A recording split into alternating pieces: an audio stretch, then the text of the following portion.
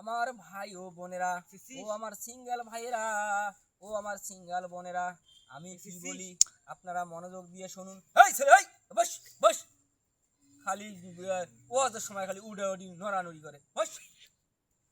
আমার ভাইয়েরা, আমি একটা আপনাদের সামনে ছোট্ট একটা ইতিহাস তুলে ধরবো।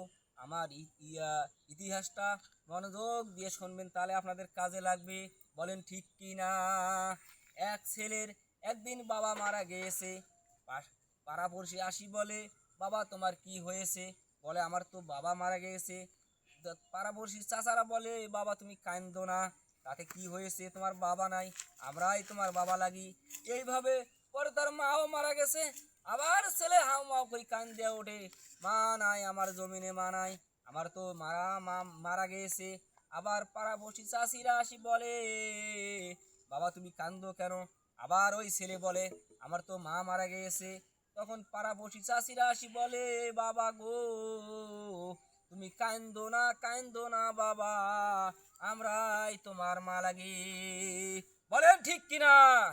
এরপর আর আরো কয়েকদিন পর্বে ওই ছেলের আবার বউ মারা গিয়েছে।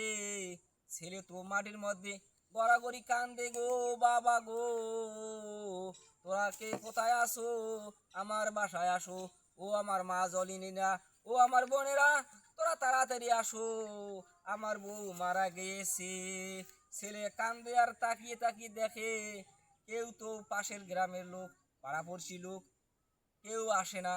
তখন ছেলে বলল, আমার মা মারা গিয়েছে, সবাই এসে আমাকে সান্ত্বনা দিল।